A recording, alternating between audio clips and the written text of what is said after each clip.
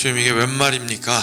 저희가 인생 가운데 살아가며 예수님께서 우리의 인생 가운데 들어오셨는데, 그 예수님께서는 그냥 나에게 이거 해라 저거 해라 라고 지시하는 분도 아니셨고, 그냥 앞서가며 따라오라고 이야기하는 뛰어난 스승만도 아니셨고,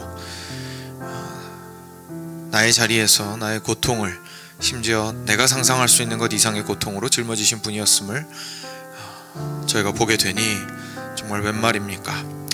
주님께서 베풀어 주신 그러한 모습들을 저희가 이제까지 간과하고 보지 못하는 때가 참 많았사오니, 주여 오늘은 우리의 눈을 열어주시고 예수께서 친히 짊어지신 그 십자가의 무게와 그곳에서의 그 겪으신 모든 아픔이 나의 고통을 짊어지신 것이었다라는 사실을 보게 되는, 그리하여 세상이 줄 수 없는 가장 커다란 위로와 격려와 힘을 얻게 되는 그러한 시간과 이 주간이 될 수 있도록 주여 은혜 베풀어 주시옵소서. 말씀 가운데 우리에게 말씀하여 주시기를 다시 한번 간절히 간구드리오며 사랑하는 우리 주 예수 그리스도의 이름으로 간절히 기도드렸습니다. 아멘.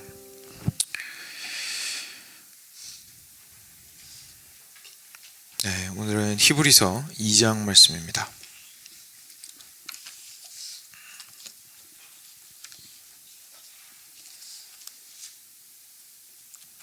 히브리서 2장 17절입니다. 17절과 18절 두 구절 같이 읽겠습니다. 히브리서 2장 17절과 18절, 신약성경 355페이지에 있습니다.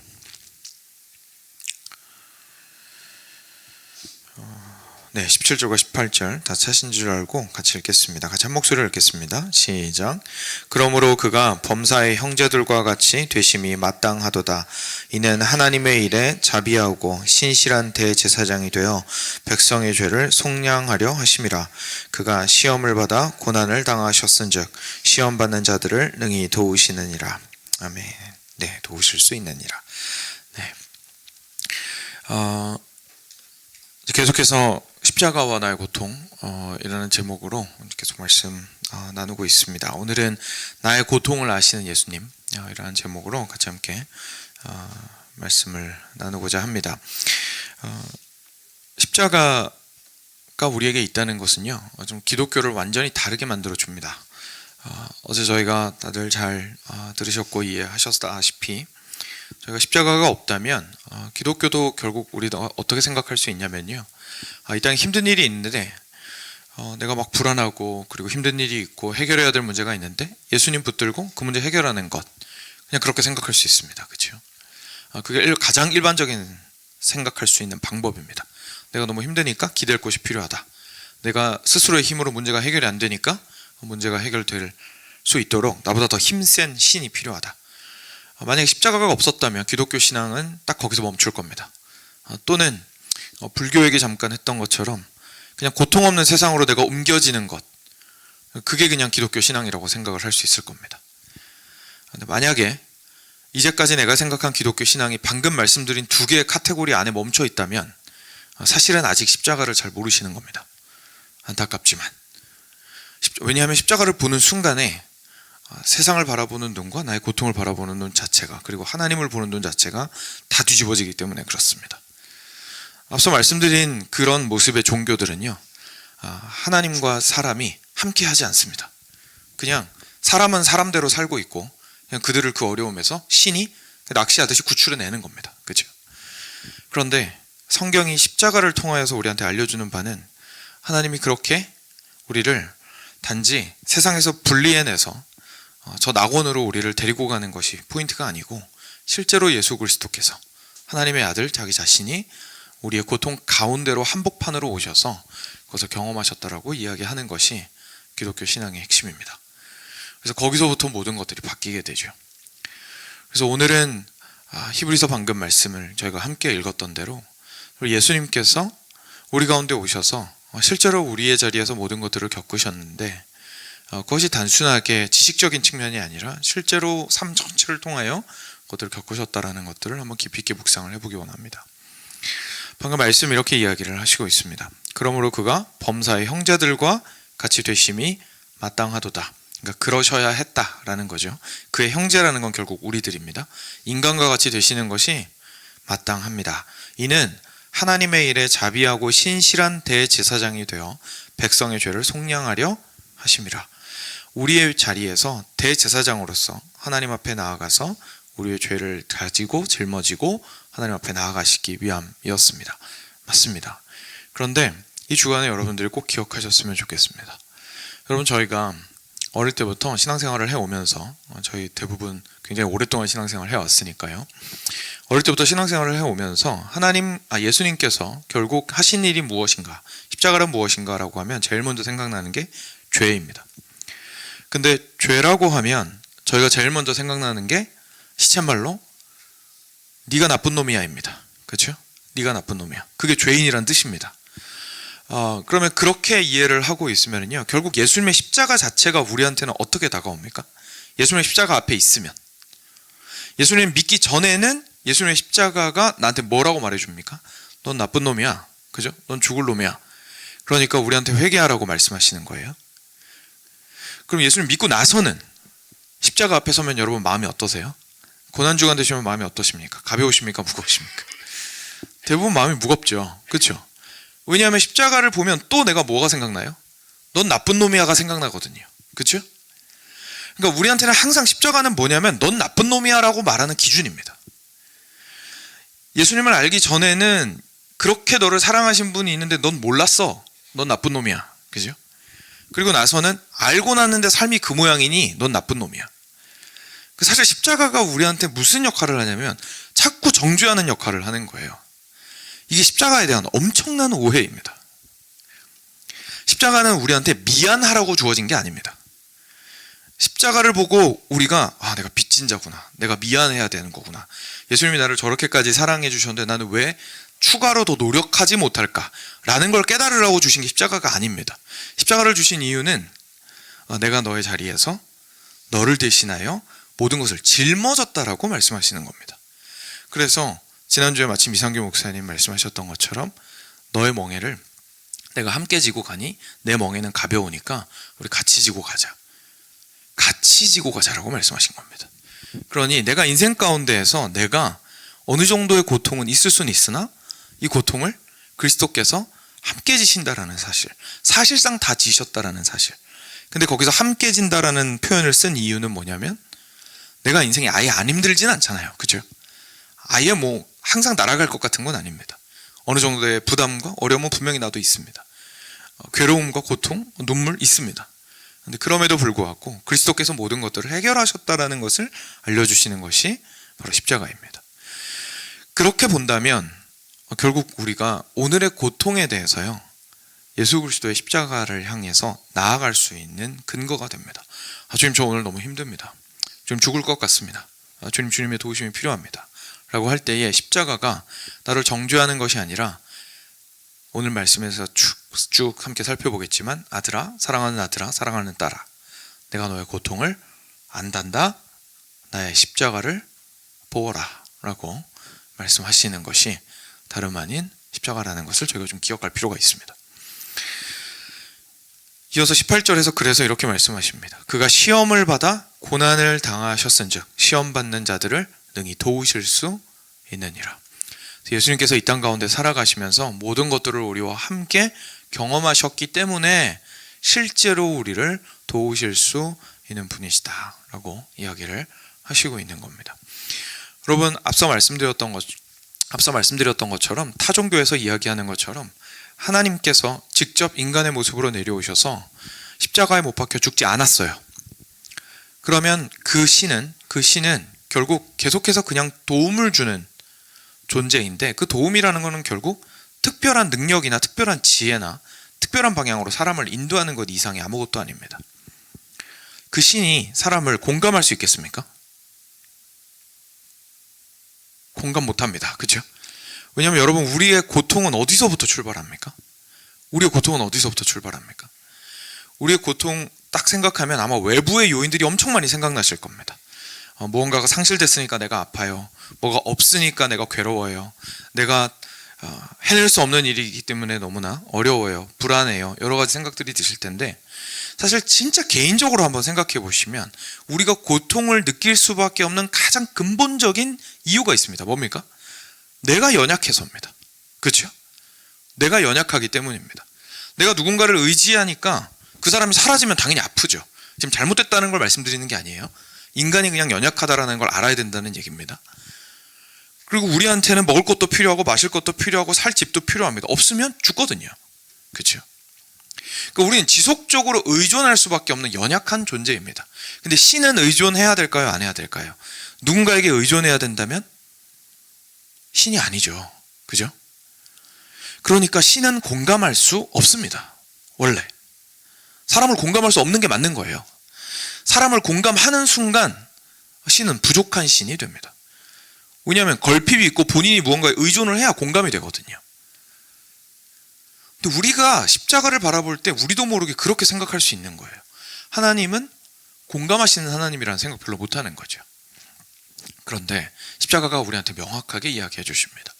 내가 공감할 수 있어. 왜냐하면 내가 하나님으로 그냥 있지 않고 인간의 모습으로 너희와 함께 왔기 때문이란다 라고 예수님께서 말씀하시는 거죠. 이사야 63장 8절과 9절 말씀이 있습니다. 제가 읽어드리겠습니다. 이사야 63장에 그가 말씀하시되 그들은 실로 나의 백성이요 거짓을 행하지 아니하는 자녀라 하시고 그들의 구원자가 되시고 그들의 모든 환난에 동참하사 라고 되어 있습니다. 그들의 모든 환난에 하나님께서 동참하사 자기 앞에 사자로 하여금 그들을 구원하시며 그의 사랑과 그의 자비로 그들을 구원하시고 라고 이야기합니다. 하나님께서 인간을 구출해내시고 구원해내시는 방법은 고난에 동참하심으로써 그들을 구원해내십니다. 고난에 아무런 상관없이 그냥 야 너 거기서 뭐하냐 빨리 나와 라고 얘기하시는 것도 아니고 그냥 초자연적인 힘으로 확 하고 잡아당기시는 것도 아니고 실제로 당신이 고난 가운데 오십니다. 마치 사드락 메삭 아벳느고가 풀무불에 들어갔을 때 그 불 가운데 함께 계셨던 것처럼 불 가운데 함께 계셨던 것처럼 성경은 항상 동참하시는 하나님에 대해서 이야기하고 있습니다. 그래서 가장 먼저 우리가 깨닫게 되는 것은 하나님 공감하실 수 있구나입니다. 사랑하는 여러분, 앞서 좀 짧게 설명드렸지만 전지전능한 신이 연약하기 짝이 없는 인간의 고통을 공감한다는 것 자체가 충격적이고 천지가 뒤집어질 일입니다. 하나님은 나의 마음이 어떠하신지 그 찢겨진 가슴을 그 너덜너덜해진 마음을 그리고 완전히 망가져버린 그 몸을 아시는 분이십니다. 그리스도가 우리 가운데 오셨기 때문입니다. 공감은 결국 같은 부류의 사람들이 있을 때에만 가능해집니다. 이건 저희가 선교사 자녀들 같은 경우에 캠프가 있거든요. 따로 한국에서. 그래서 어릴 때 보통 그 캠프에 간 친구들이 서로 많이 친해지고 그때 자기 정체성을 새롭게 찾게 되고 이런 케이스들이 있는데 혹시 아시는 분은 아시겠지만 목회자 자녀들도 따로 캠프가 있거든요. 그렇게 따로 특수한 성장 배경을 가진 아이들을 이렇게 모집해서 하는 캠프들이 있는데 거기에 들어가면 아이들이 어마어마하게 빨리 친해집니다. 제가 아직도 기억나는 게 제가 그때 캠프에서 디렉터로 섬길 때 제가 꼬맹이 때부터 알던 선교사님 자녀가 이제 다 커가지고 왔어요. 얘가 너무 내향적이고 그래가지고 막 죽어도 안 들어가겠다고 앞에서 레지스트레이션 하는 데까지 엄마 아빠한테 떼쓰고 있는 거예요. 그래서 제가 너도 놀랄 거야. 들어오자마자 얼마나 빨리 친구를 사귈 수 있는지. 걱정하지 말고 와보자 라고 얘기를 했는데 그 친구가 정말 1시간 만에 인생 친구를 만드는 경험을 했던 것이 기억이 납니다. 똑같이 우울증을 경험한 사람들은 같이 공감을 하기 때문에 서로 이해가 됩니다. 같은 업종을 가진 사람들은 역시나 공감이 되기 때문에 같이 대화가 됩니다. 근데 곰곰이 생각해 보시면 그때 그 공감 포인트라는 게 대부분 뭐냐면 힘든 것들입니다. 그렇지 않습니까? 자기가 힘들고 괴로운 것들을 자기 직종이나 자기가 하는 일이나 자기 성격이나 자기 성장 배경이나 자기 현재 환경이나에 따라서 내가 가지고 있는 그 아픔의 포인트를 공감하지 못하면 결국은 존재 대 존재로서 교제하는 것이 생각보다 어렵습니다. 아무리 친한 친구여도 내가 정말 힘들 때 그냥 옆에서 야, 뭐 그런 거 가지고 그래 라고 얘기해주면 사실 거리감이 확 하고 생기기 시작하죠. 평소에 아무리 친하고 재밌게 놀아도 그렇지 않습니까? 심지어 취미를 완전히 공유한다 할지라도 정말로 내가 힘들 때에 뒤로 물러서는 순간 사실 뭔가 하나 되었다라는 느낌을 받기가 어렵습니다. 공감의 힘이 엄청나죠. 결국은 한 존재와 다른 존재를 엮어주는데 그 공감에는 고통과 연약함에 대한 공감이 꼭 포함이 됩니다. 예수님께서 실제로 우리를 그렇게 공감하신다라고 성경은 이야기하고 있으신 거죠. 왜냐고요? 왜냐하면 성경은 예수님께서 연약하셨던 일들에 대해서 수없이 증언하고 있기 때문에 그렇습니다. 예수님께서 이 땅 가운데 태어나셨습니다. 말구유에서 자기 집도 없을 때에, 부모가 타지에 있을 때에 태어났습니다. 다들 아시다시피 병원에 있어도 죽을 수 있는 가능성이 있습니다. 산모와 아기 모두 위험할 가능성이 있죠. 태어나는 것이. 근데 그렇게 열악하고 안정감 없고 그리고 더러운 환경에서 처음에 예수님께서는 만왕의 왕이셨는데도 불구하고 태어나셨고, 그리고 다들 아시다시피 그렇게 태어나신 이후에도 어릴 때부터 헤로드 왕으로 인하여 살인의 위협 가운데 처하셔야 했고, 그리고 그것을 피해서 애굽 땅까지 도망치셔야 했던 분이 바로 예수님이셨습니다. 어린 시절에 있었던 괴로움이나 트라우마 같은 것들을 생각해 본다면 예수님은 어쩌면 본인이 기억할 수 없을 수는 있어도 어쩌면 현대 과학이 이야기하고 있는 어릴 때부터 자기도 모르게 발생할 수 있는 상처나 트라우마가 예수님도 경험하셨다라고 볼 수도 있겠죠. 그리고 그 이어서 계속해서 인간으로서 높은 곳에서 살지 않으셨습니다. 목수로서 굉장히 고생하면서 사셨습니다. 지금처럼 뛰어난 목수들의 기계가 있기라도 합니까? 그죠? 다 몸으로 때우는 것이 결국 목수이고, 결국 자기가 거기에서 한 방울 한 방울 땀을 흘리는 만큼만 벌어먹고 살 수 있는 일을 하시면서 거기에서 그 모든 일들을 경험하셨습니다. 여러분들이 일을 하는 것의 그 수고로움과 그 어려움들 때문에 괴로우시다면 사랑하는 여러분, 예수님께서는 그 수고를 아십니다. 예수님께서는 그 자리에 있어 보셨고, 자기가 하는 것 이상 벌 수 없고, 자기가 하는 것보다도 덜 들어오고, 자기가 몸이 때로는 아파도 일자리에 나가야 되고, 자기가 모든 것들을 견딜 수 없고, 사람들에게 이 직장 자체가 천하기 때문에 받는 멸시가 있고 하는 그 모든 과정들을 예수님도 겪으셨습니다. 그리고 성경은 이야기합니다. 예수님께서 사탄에게 시험을 받으실 때 광야에서 40일 동안 굶주리셨습니다. 우리 중에 40일 동안 금식해본 분 모르겠습니다. 있으신지. 제가 알기로는 없는데, 우리가 알 수 있는 배고픔, 굶주림, 그리고 목마름, 예수님께서는 경험하셨습니다. 지금 우리가 가난해서 겪는 배고픔과 목마름은 없을 수는 있어도 우리가 섭식장애라든지 아니면 여러 가지 몸의 어려움들이 있을 수 있습니다. 그렇죠? 그 모든 것들을 사실 유사한 고통을 예수님께서 분명히 경험하셨습니다. 그리고 예수님께서는 잠이 부족해서 극심한 피로를 경험하기도 하셨습니다. 앞서 말씀드린 것처럼 목수 일을 하시면서 일을 열심히 해서 느끼는 피로도 예수님께서 경험하셨을 뿐만 아니라 마태복음 8장에서 갈릴리에 큰 파도가 일었을 때 배에서 곤히 주무셨던 것은 그렇게까지 멀미가 날 정도로 난리가 치고, 그리고 파도 때문에 소리까지 나는데도 불구하고 주무실 만큼 사실 몸이 고단하셨던 겁니다. 잠을 자지 못할 정도로 밤이 맞도록 수고할 뿐만 아니라 거기에서 여러 일들을 인하여서 괴로워하셔야 하고 몸과 정신이 함께 피로한 그 상황을 예수님은 누구보다도 잘 알고 계셨습니다. 수많은 사람들을 만나게 되면 아무리 외향적인 사람이라 할지라도 정서적인 고갈이 발생을 합니다. 실제로 예수님과 같이 사람들이 예수님한테 오는 이유가 뭡니까? 친해지려고 오는 게 아니라 다 달라고 오잖아요. 예수님 이거 해주세요, 저거 해주세요, 이거 주세요, 저거 주세요 하려고 온단 말이에요. 근데 그런 사람이 100명도 아니고, 100명만 돼도 힘든데 100명도 아니고 200명도 아니고 정말 만난 사람이 셀 수 없을 정도로 많았습니다. 예수님은 그러한 감정이 지속적으로 타인을 위하여서 고갈되어져 가는 것 역시 경험하셨습니다. 사랑하는 여러분, 예수님께서는 우리가 인간적으로 살아가며 가장 기본적으로 인간이기 때문에 겪을 수밖에 없는 그 수고로움과 아픔과 힘듦을 누구보다도 잘 알고 계십니다. 여러분들 삶 속에서 그것 때문에 지쳐가실 때 예수님은 옆에 있는 방관자로서 여러분의 기도를 들으시는 분이 아니십니다. 여러분과 함께 그 자리에서 그 아픔을 함께 하시는 분으로서 여러분들의 기도를 들으시는 분이십니다. 근데 우리 모두 알고 있습니다. 인생의 고통 중에 이런 일상적인 수고로움은 약과라는 것을 저희 잘 알고 있습니다. 그러니까 실제로 인생이 진행이 되면 될수록 사실 저희들을 정말로 아프게 하고 힘들게 하는 많은 일들이 계속해서 발생을 하게 됩니다. 외로움, 그렇죠? 그리고 외부로부터 오는 적극적인 공격, 나의 존재를 향한. 예수님께서는 그것을 누구보다도 잘 알고 계시는 분이셨습니다. 가는 곳마다 바리새인들, 서기관들, 대제사장들이 호시탐탐 기회만 노리고 있습니다. 죽으려고 계획하고 있어요. 죽이려고.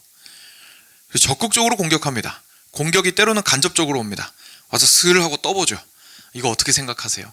조금만 말 한번 잘못하면 바로 잡아가지고 책망하려고, 그리고 심지어 목숨까지 빼앗으려고 떠보기도 하고요.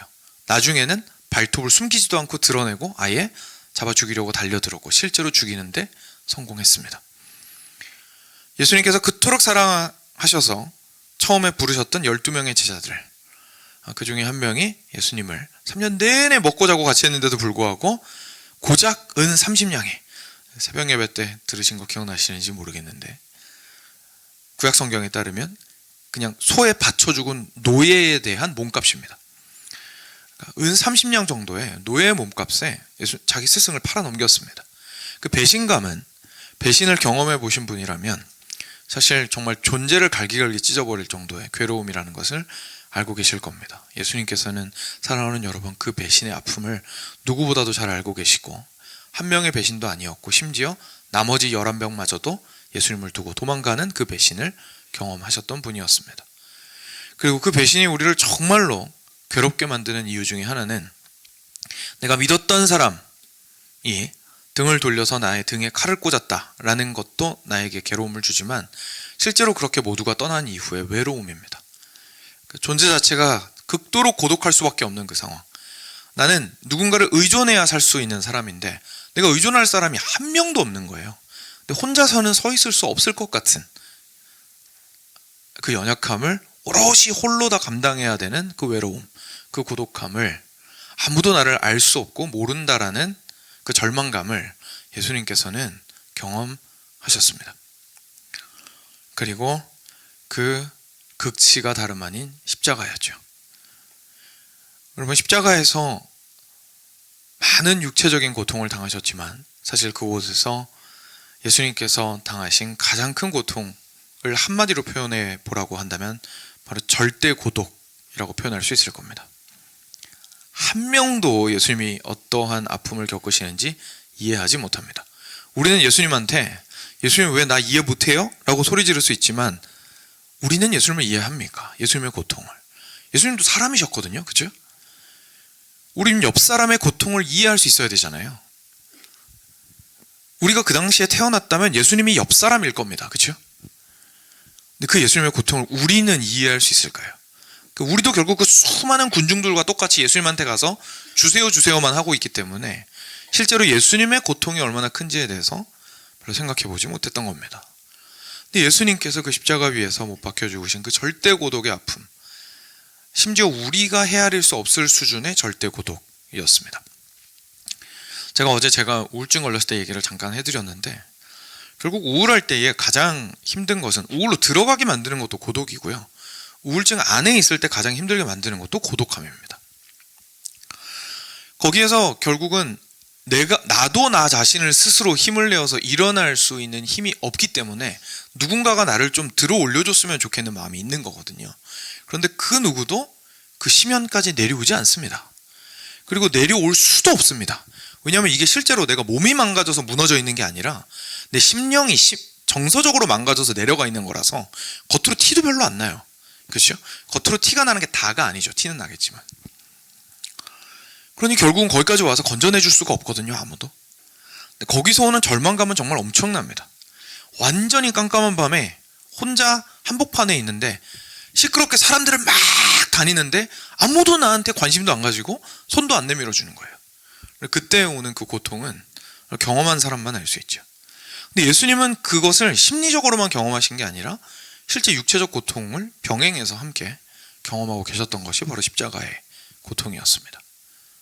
그리고 거기에 더불어 당연히 육체적 고통은 상상을 초월했습니다. 예수님께서 십자가에 못 박혀 죽으신 것은 사회적으로 일단 가장 수치스러운 자리였고 완전히 매장당할 수밖에 없는, 아니 이미 매장당한 그런 자리였습니다. 왜냐하면 정치적인 배신자, 매국노, 나라를 배반한 사람에게 온갖 수치와 모욕을 주면서 죽이는 형틀이 바로 십자가였기 때문입니다. 거기에 매달리면 여러분 못 박혔다라는 말이 그냥 못이 박힌 게 아니라 정말 말 그대로 저희가 액자 걸듯이 걸려있다는 뜻입니다. 사람이. 근데 건장한 남자 성인이, 그죠? 80kg 이상 정도 되는, 한 190파운드 왔다 갔다 하는 그 정도 되는 건장한 청년이 점 3개에 자기의 몸의 무게를 견디고 있습니다. 지금. 그러면 결국은 몸의 무게를 이기지 못하기 때문에 몸이 앞으로 처집니다. 그 몸이 앞으로 처지면 숨을 쉴 수가 없습니다. 왜냐하면 가슴뼈가 압박이 되기 때문이죠. 숨을 쉴 수가 없어서 숨을 쉬어야 되니까 결국 어떻게 해야 됩니까? 자세를 고쳐 잡아야 되잖아요. 그럼 이게 처지는 가슴을 뒤로 당겨야 됩니다. 당기면 어디가 아플까요?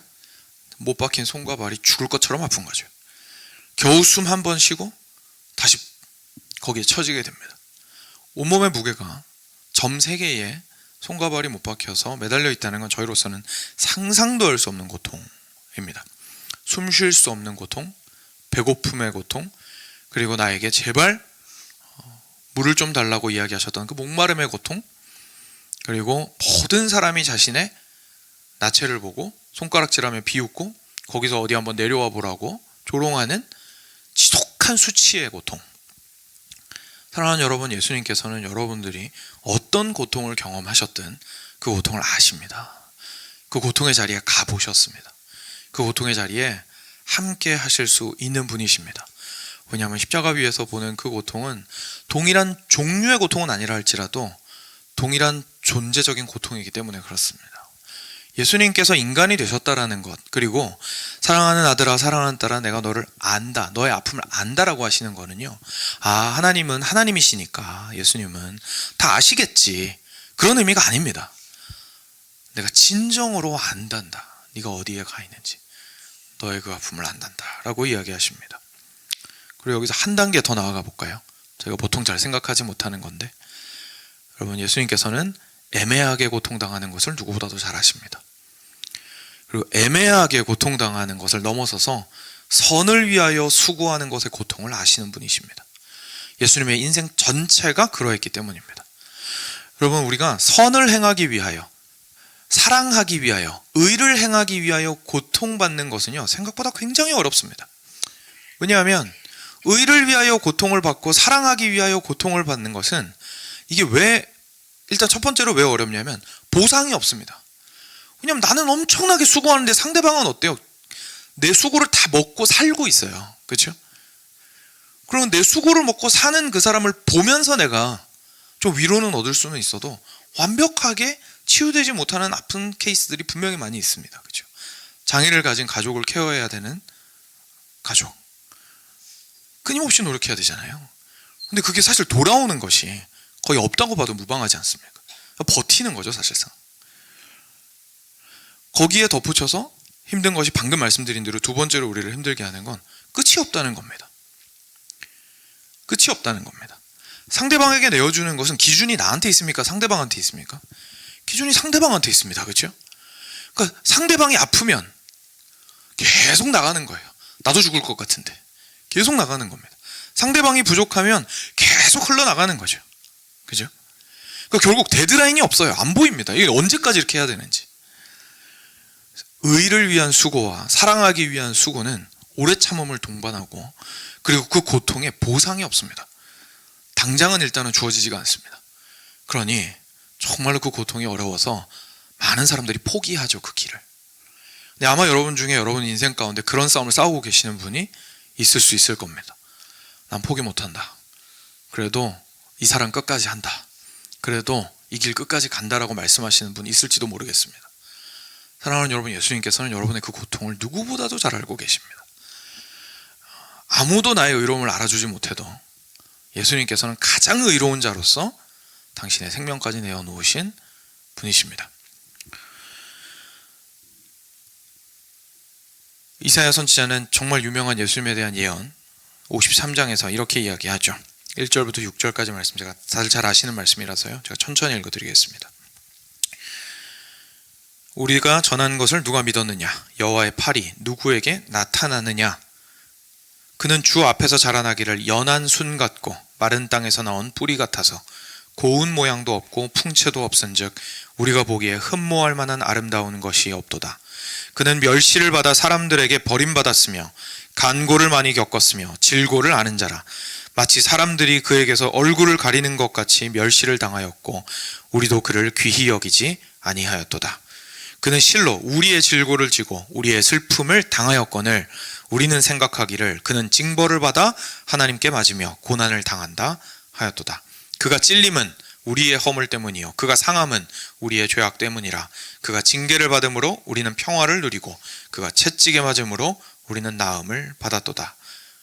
사랑하는 여러분, 예수님께서는 그 고난을 우리의 자리에서 오롯이 감당하셨기에 우리에게 가장 고통 가운데 가장 큰 위로와 격려가 되시는, 함께 하실 수 있는 동반자가 되어주십니다. 예수님은 우리가 요청하지 않았는데도 먼저 오셔서 고난에 동참하십니다. 그러니 그 예수님께서 나의 이 아픔을 모르신다고 생각하지 마십시오. 기도하기 전에는 모르실 거라고 생각하지 마십시오. 같은 경험을 하신 적이 없기 때문에, 아무도 모르기 때문에 나는 너무나 괴롭고 아무도 나를 위로할 수 없다라고 말씀하지 마십시오. 왜냐하면 세상에 단 한 명도 그 아픔을 모를 수는 있어도 예수님은 분명히 아시기 때문에 그렇습니다. 저도 그렇습니다. 몇 번 나눈 적이 있지만 그날을 잊을 수가 없습니다. 저를 가장 괴롭게 했던 것은 실제로 정서적인 어려움이나 육신의 고통이나 어머니의 아픔이나 그런 외부적인 요건들이나 나의 정서적인 어려움도 있었지만, 앞서 말씀드린 것처럼 그 절대 고독이라고 표현할 수 있는 저의 감정이 저를 너무나 크게 짓누르고 괴롭게 만들었습니다. 아무도 이해 못해, 그죠? 그리고 이 절대 고독이 만들어내는 감정 굉장히 복잡합니다. 왜냐하면 화가 납니다. 나중에 내가 왜 이렇게까지 힘들고 눌려야 되는데 일어날 수 없다라는 사실 자체가 너무 화가 납니다. 근데 화를 낼 수도 없죠. 힘도 없잖아요. 우울과 화가 막 뒤엉켜가지고 엉망이 돼버립니다. 그런데 그때에 그리스도의 십자가를 너무나 감사하게도 볼 수 있게 해주셨습니다. 그제서야 제 입에서 그 고백이 나오는 거예요. 주님, 주님은 아셨군요. 시간이 많이 지났습니다. 아픔의 형태가 바뀌고 삶의 형태가 바뀌면서 저도 그 당시에 그 같은 문제로 힘들어하진 않습니다. 그런데 지금은 또 지금의 어려움이 있지 않습니까? 그렇죠? 근데 지금은 또 지금 또 잊어버리는 거예요. 다시 한번 기억해 봅니다. 맞아요. 예수님, 주님께서 내가 이렇게 지금 괴로워하고 있는 이 시점에 주님 나와 함께 하시고 나의 아픔을 이해하시죠. 지금 저는 고독하지 않습니다. 라는 고백을 제가 하게 됩니다. 사랑하는 여러분, 십자가를 얕보지 마십시오. 예수 그리스도를 하찮게 생각하지 마십시오. 그냥 신앙의 지식으로서 생각하지 마십시오. 왜냐하면 우리의 신앙이 대상이 되시는 예수님 본인은 나의 자리로 실제로 오셔서 내가 겪는 그 모든 아픔과 내가 겪어야 하는 그 모든 경험들을 한 걸음 한 걸음 하나도 빼놓지 않고 다 걸어가셨기 때문입니다. 십자가를 바라보시면은요, 나의 고통이 거기에 달려있다라는 사실을 발견하시게 될 겁니다. 같이 기도하겠습니다. 들으신 말씀